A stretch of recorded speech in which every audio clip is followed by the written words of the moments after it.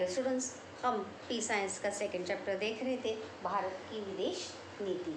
उसी का आगे कंटिन्यू करेंगे।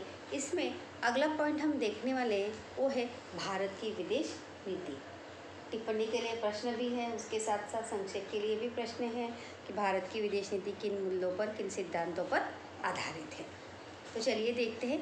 विदेश नीति संबंधी प्राथमिक जानकारी लेने के बाद अब हम भारत की विदेश नीति के संबंध में जानेंगे। इसके पहले हमने देखा कि विदेश नीति निर्धारित करते समय कौन से घटकों को ध्यान में रखा जाता है, फिर किस प्रकार वो निर्धारित की जाती है, ये हमने देखा। वर्ष 1947 में भारत को स्वतंत्रता प्राप्त हुई और तभी से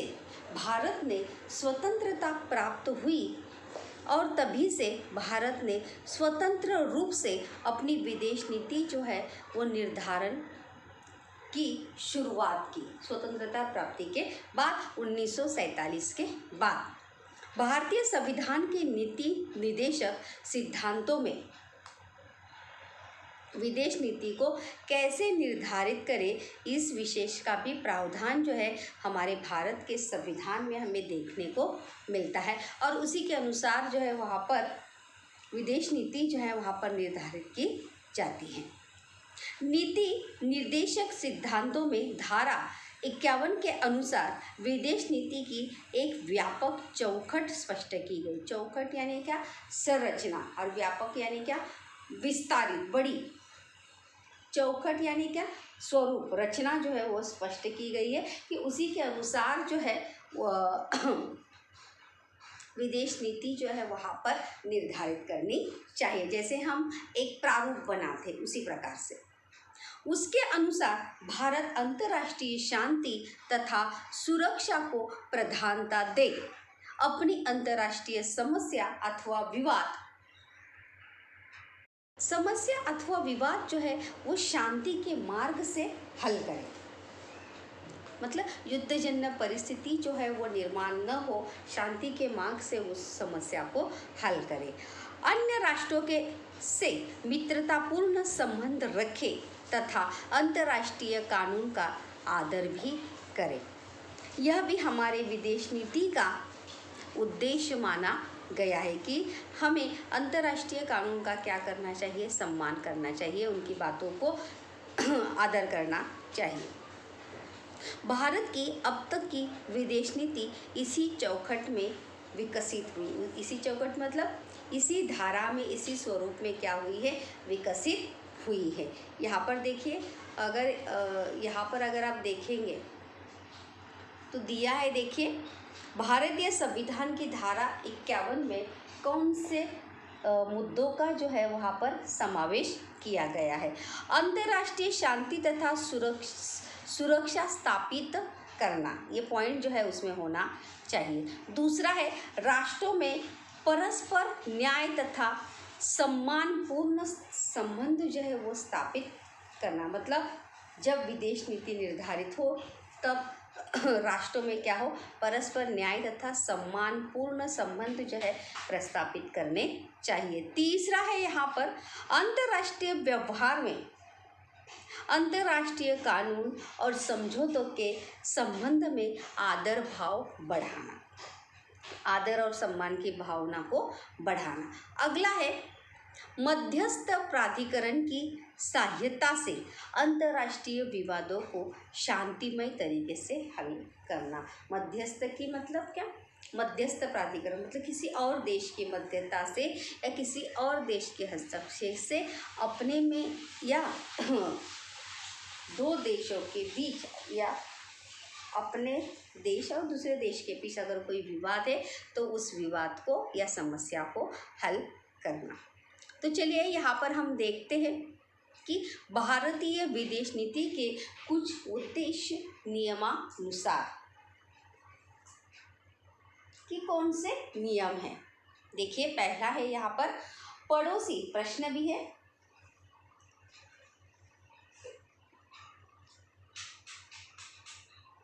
पड़ोसी देशों के साथ एवं अन्य देशों के साथ मित्रतापूर्ण संबंध निभाते समय अपने देश की सुरक्षा बाधित ना हो। मतलब जब हम पड़ोसी देश के साथ अथवा अन्य देशों के साथ मित्रतापूर्वक संबंध निभाए तब हमारे देश की सुरक्षा जो है वो बाधित ना हो। बाधित ना हो मतलब खतरे में ना पड़े, इस बात का ध्यान जो है वो हमें रखना चाहिए। राष्ट्र की भौगोलिक सीमा रेखाएं सुरक्षित रहे और हमारी देश की भौगोलिक मतलब जो बॉर्डर से देश की वो क्या रहे, सुरक्षित रहे। इस विषय में कोई समझौता न करना। मतलब देश की सीमा रेखा के सुरक्षा में कोई भी समझौता या कोई भी कमी ना रहे। दूसरा है भारत की एकता तथा एकात्मता का रक्षण करना। हमारे देश की ताकत एकता या एकात्मता है तो उसका संरक्षण करना ये विदेश नीति में भी आता है। अगला है दूसरे देशों में निवास करने वाले हमारे नागरिकों के हितों की रक्षा करना। मतलब हमारे देश के नागरिक जो दूसरे देशों में रहते हैं, विदेशों में रहते हैं, उनके हित या उनकी भलाई के बारे में सोचना, उनकी रक्षा करना। इस जिम्मेदारी को संबंधित देशों के भारतीय दूतावास निभाते। दूतावास यानी क्या, मैसेंजर जो होते, मतलब हर देश में मतलब अपने अपने देश का क्या होता है, दूतावास होता है। तो उस संबंधित इस जिम्मेदारी को जो है कौन निभाता है, संबंधित देश के भारतीय दूतावास निभाते हैं कि हमारे देश के नागरिक जो दूसरे देश में है उनके हितों की रक्षा करना।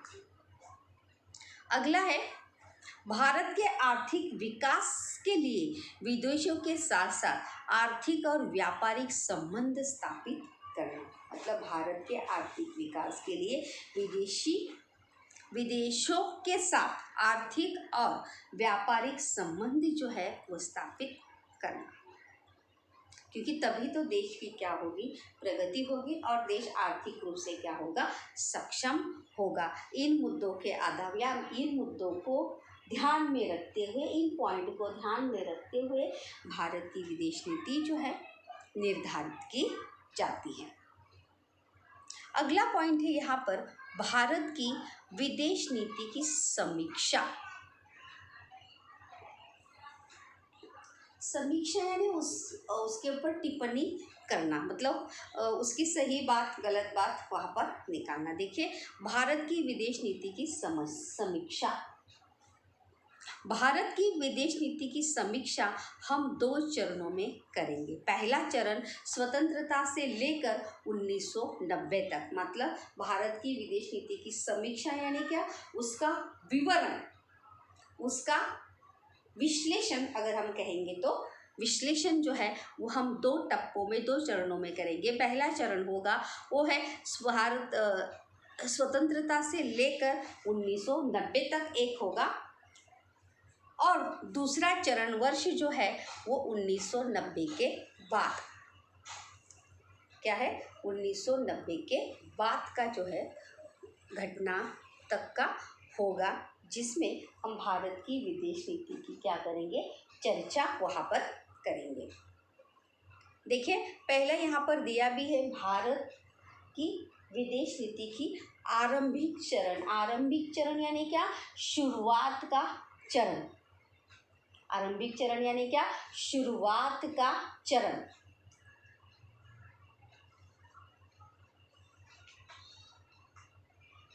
देखिए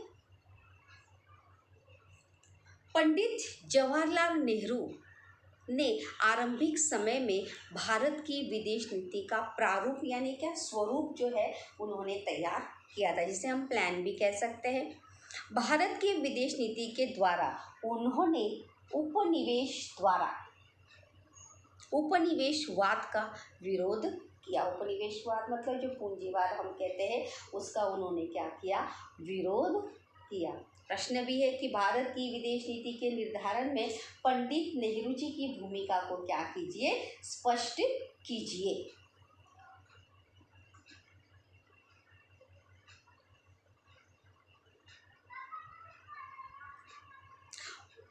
वैश्विक शांति तथा सुरक्षा प्रधानता दी।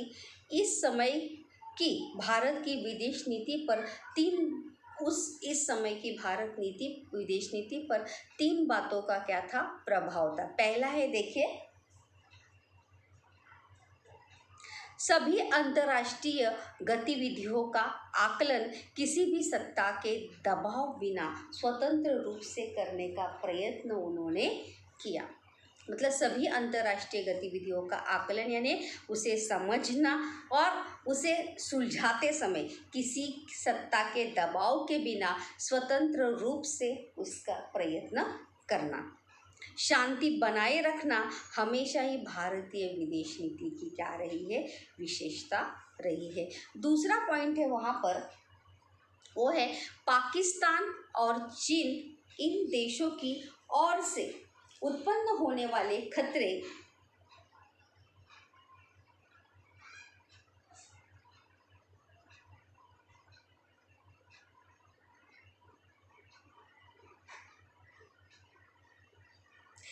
इनकी तरफ ध्यान देना, तभी तो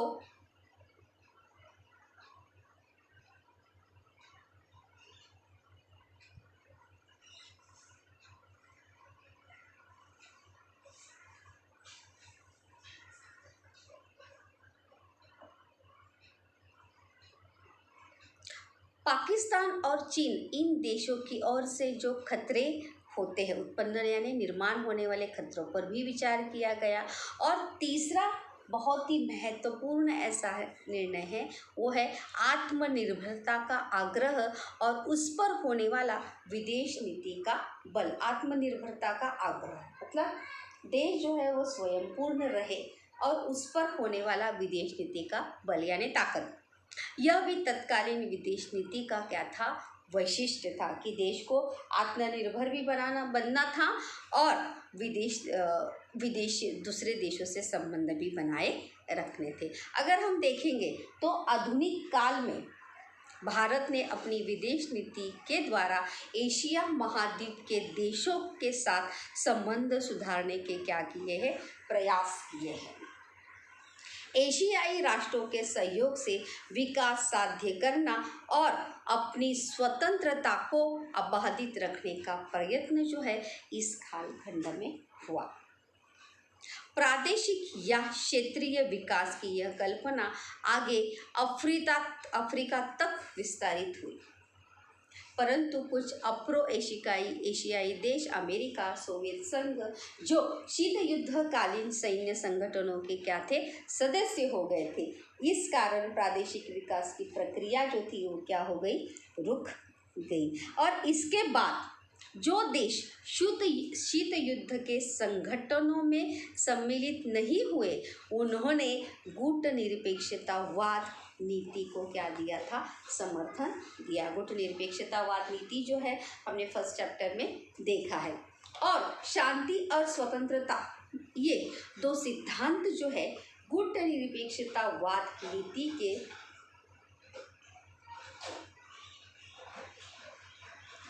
मूलभूत सिद्धांत बन गए। मूलभूत यानी क्या, महत्वपूर्ण सिद्धांत जो है उस समय के बन गए।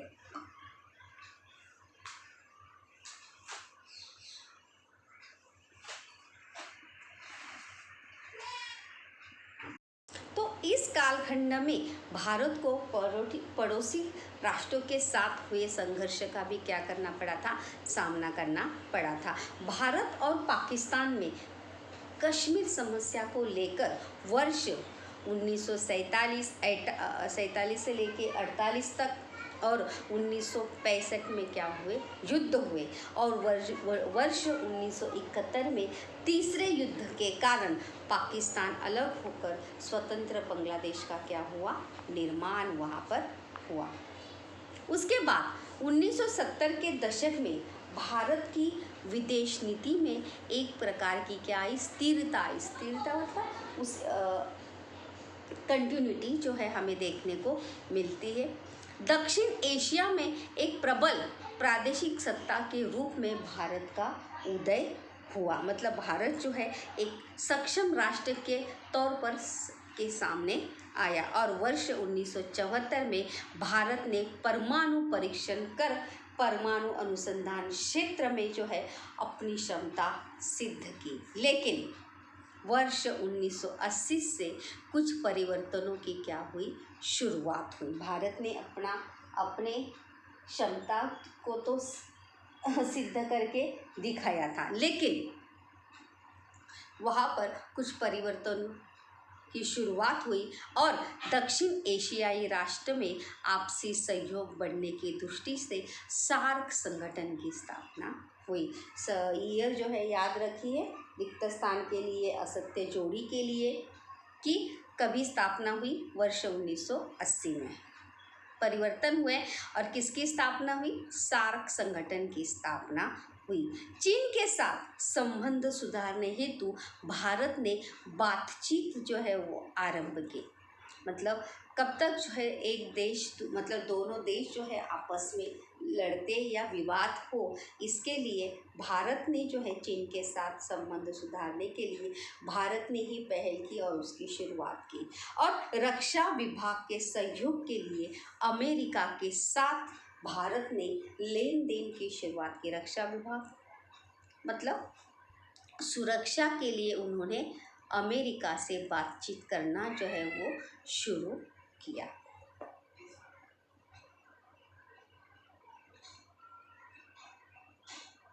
देखिए यहाँ पर दिया भी गया है, पहला चरण जो है वो क्या है, 1947 से 1990। उसका पहला पॉइंट अगर हम देखेंगे तो शीत युद्ध की पृष्ठभूमि में भारत ने गुटनिरपेक्षतावाद को क्या किया था, स्वीकार किया था। मतलब किसी भी देश के समूह में सम्मिलित नहीं होंगे और इस कारण सभी राष्ट्रों से मित्रतापूर्व संबंध बनाए रखना, विकास के लिए विविध राष्ट्रों से उचित सहायता लेना, इसे तत्कालीन समय में क्या दी, प्रधानता या महत्व जो है वहाँ पर दिया गया।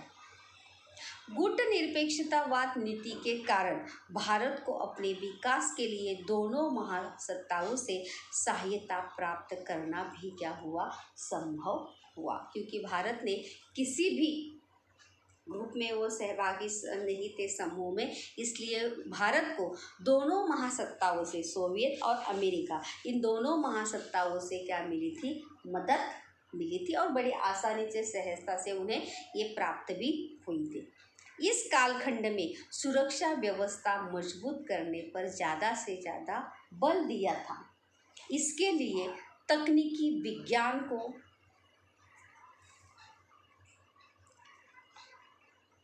आयात किया गया। इसके लिए सोवियत संघ, फ्रांस और जर्मनी आदि देशों ने भारत की क्या की, सहायता की। और इस कालखंड में भारत को कुछ चुनौतियों का भी क्या करना पड़ा, सामना करना पड़ा। जैसे उनमें पाकिस्तान के साथ संघर्ष, बांग्लादेश का निर्माण तथा चीन के साथ संघर्ष का समावेश भी हमें देखने को मिलता है, जो 1947 से लेकर 1990 के दशक में हमें देखने को मिला था। वर्ष 1974 में भारत ने परमाणु परीक्षण कर परमाणु अनुसंधान क्षेत्र में अपनी क्षमता जो है वो सिद्ध की थी और विश्व में एक प्रभावशाली देश के तौर पर भारत जो है वहाँ पर उभर कर आया था।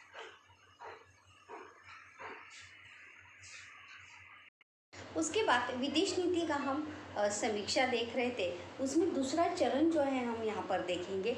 दूसरा चरण जो है वो 1991 से लेके आज तक, अभी तक भारत के दूसरे चरण की विदेश नीति जो है वो अधिक व्यापक और गतिशील बनी है। व्यापक यानी क्या, विस्तारित, बड़ी, और गतिशील यानी क्या, तेज़ी से जो है वहाँ पर विदेश नीति में क्या हुआ है, परिवर्तन हमें देखने को मिला है। शीत युद्धोत्तर काल में राजनीतिक और सैनिकी संबंधों की प्रधानता नहीं रही।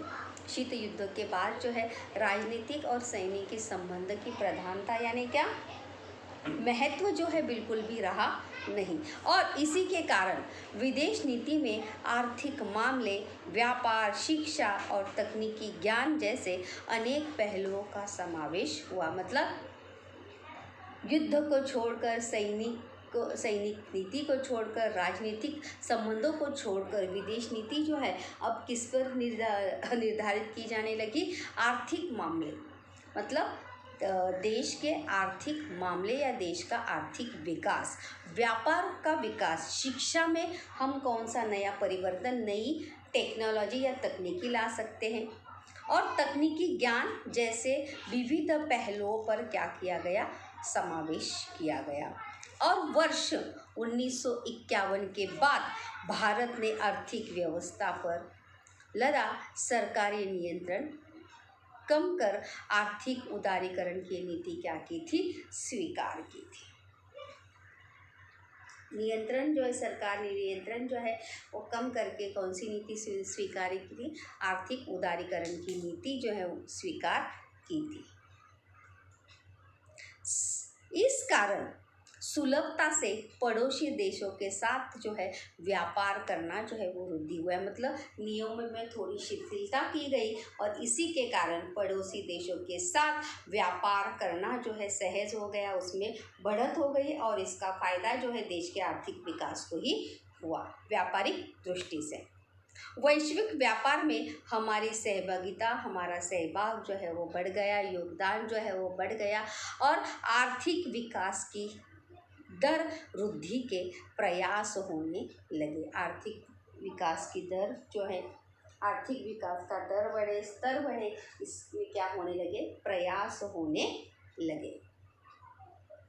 यहाँ पर एक प्रश्न भी है, देखो, क्या आप खोज सकेंगे आर्थिक विकास का दर से क्या तात्पर्य? दर यानी क्या? स्टेटस जो है वो क्या है? आर्थिक विकास का दर कितने प्रतिशत विकास जो है, जैसे हमें एग्ज़ाम में देखो पूरे हमारे नंबर का क्या निकालता है? प्रतिशत निकालते हैं। तो उसी प्रकार से भारत, नेपाल, भूटान आर्थिक विकास की दर की तालिका तैयार कीजिए। ये आपके होमवर्क के लिए है। वर्ष 1990 के बाद के दशक में दक्षिण पूर्व एशियाई राष्ट्रों के साथ अर्थात सिंगापुर, थाईलैंड, वियतनाम आदि राष्ट्रों के साथ हमारे आर्थिक संबंध जो है वो क्या हो गए? अधिक मजबूत हो गए, अधिक अच्छे हो गए और इज़राइल, जापान, चीन, यूरोपीय संघ के साथ हमारा लेन देन भी क्या हो गया? अधिक बढ़ गया। मतलब हम ज़्यादा से ज़्यादा आदान प्रदान, आयात निर्यात जो है वहाँ पर करने लगे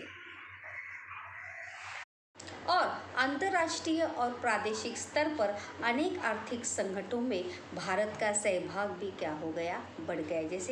जैसे G20 तथा BRIS, यहाँ पे देखो इसका फुल फॉर्म दिया है, Brazil, Russia, India, China, south Africa, जो 2016 में देखिए यहाँ पे उसका सिंबल भी दिया गया है, बोध चिन्ह जो है उसका ब्रिक्स। यहाँ पर प्रश्न भी है, देखिए कि ब्रिक्स संगठन के सदस्य राष्ट्र जो है वो कौन से? ब्रिक्स संगठन के सदस्य राष्ट्र जो है वो कौन से संगठन राष्ट्र है? ब्राज़ील, भारत, रूस, चीन और दक्षिण अफ्रीका, ये ब्रिक्स संगठन के क्या है? सदस्य राष्ट्र है।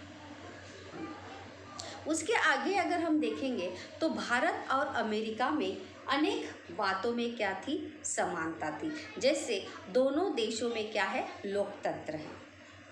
और ऐसी ही समानता दिखने वाली अन्य बातें खोजें और उस पर प्रकल्प तैयार कीजिए। अमेरिका के साथ हमारे संबंध अधिक दृढ़ हुए और एक दूसरे के प्रति विश्वास क्या हो गया? बढ़ गया। जो संबंध अच्छे हुए थे, बढ़ गए थे, वो आज तक हमें देखने को मिलते वर्तमान समय में भी। एक दूसरे के प्रति विश्वास बढ़ा और अंतर्राष्ट्रीय समूह में भारत का स्थान क्या हो गया? ऊंचा हो गया। मतलब एक सक्षम राष्ट्र के तौर पर भारत को क्या मिली? पहचान मिली। भारत की परमाणु नीति भारत की विदेश नीति एक महत्वपूर्ण भाग है और परमाणु शक्ति का अर्थ और उसके उपयोग, इसका अध्ययन आपने इतिहास, भूगोल अथवा रसायन विज्ञान विषयों में किया होगा कि परमाणु शक्ति का से क्या परिणाम उसका होता है। परमाणु शक्ति का महत्व ध्यान में रखते हुए भारत ने स्वतंत्रता प्राप्ति के बाद तुरंत ही, पर जैसे हमने देखा कि अमेरिका ने किस प्रकार से जापान के हिरोशिमा और नागासाकी पर परमाणु बॉम्ब फेंका था, जिसका परिणाम आज तक उस शहर पर हमें देखने को मिलता है। और ऐसी ही शक्ति को पहचान कर परमाणु ऊर्जा कार्यक्रम की क्या नींव रखी, मतलब अपने आप को सक्षम बनाने के लिए। इसके लिए परमाणु ऊर्जा विभाग और परमाणु आयोग भी क्या किया गया, स्थापित किया गया। परमाणु ऊर्जा आयोग के प्रथम अध्यक्ष जो है वो है डॉक्टर होमी भाभा। BARC का जो उनका संगठन अनुसंधान केंद्र है, BARC Bhabha atomic research centre, क्या नाम है, डॉक्टर होमी भाभा थे उसके प्रथम अध्यक्ष, जिन्होंने भाभा एटॉमिक रिसर्च सेंटर की क्या की थी, स्थापना उन्होंने की थी। ऊर्जा का निर्माण उसका मुख्य क्या था, उद्देश्य था। फिर भी सैन्य क्षमता निर्माण करना भी एक क्या था, उद्देश्य था। मतलब अपने आप को प्रबल बनाने के लिए सक्षम बनाना भी एक क्या था, उद्देश्य था। और इसी के अनुसार वर्ष 1974 में भारत ने पोखरण में पहला अपना परमाणु क्या किया, परीक्षण किया, और वर्ष 1998 में दूसरा परमाणु परीक्षण कर भारत ने परमाणु हथियार का निर्माण किया गया। पहला कब किया था, 1974 में। कहाँ किया था, पोखरण में। और दूसरा कहाँ किया था, 1998 में। परमाणु हथियार का वहन करने वाले प्रक्षेपणास्त्र भी हमने तैयार किए हैं तथा इसके लिए वायुसेना और नौसेना भी क्या है, सक्षम है। यही जो है भारत वहाँ पर बताना चाहता था। अब तक भारत एक परमाणु अस्त्रधारी राष्ट्र है, परंतु हमने एक जिम्मेदार परमाणु अस्त्रधारी राष्ट्र की क्या की है, भूमिका स्वीकार की है कि हम उसका उपयोग जो है सही तरीके से करेंगे। निशस्त्रीकरण के प्रयत्नों को भारत हमेशा समर्थन दिए। निशस्त्रीकरण मतलब शस्त्र का प्रयोग ना हो, अगर कोई विवाद है तो उसे बातचीत के द्वारा क्या किया जाए, सुलझाया जाए।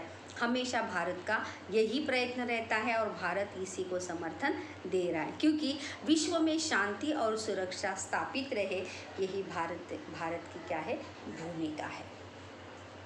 विदेश नीति की इस प्रकार समीक्षा के बाद हम अगले अध्ययन में या अगले पाठ में हम भारत की सुरक्षा व्यवस्था का अध्ययन करेंगे। तो स्टूडेंट्स, इस प्रकार से हमने भारत की विदेश नीति जो है इस पाठ में पढ़ी कि किस प्रकार से विदेश नीति जो है किस प्रकार से निर्धारित की जाती है, वो निर्धारित करते समय किन मुद्दों का विचार करना पड़ता है, ये सभी बातें जो है हमने इस पाठ में देखी।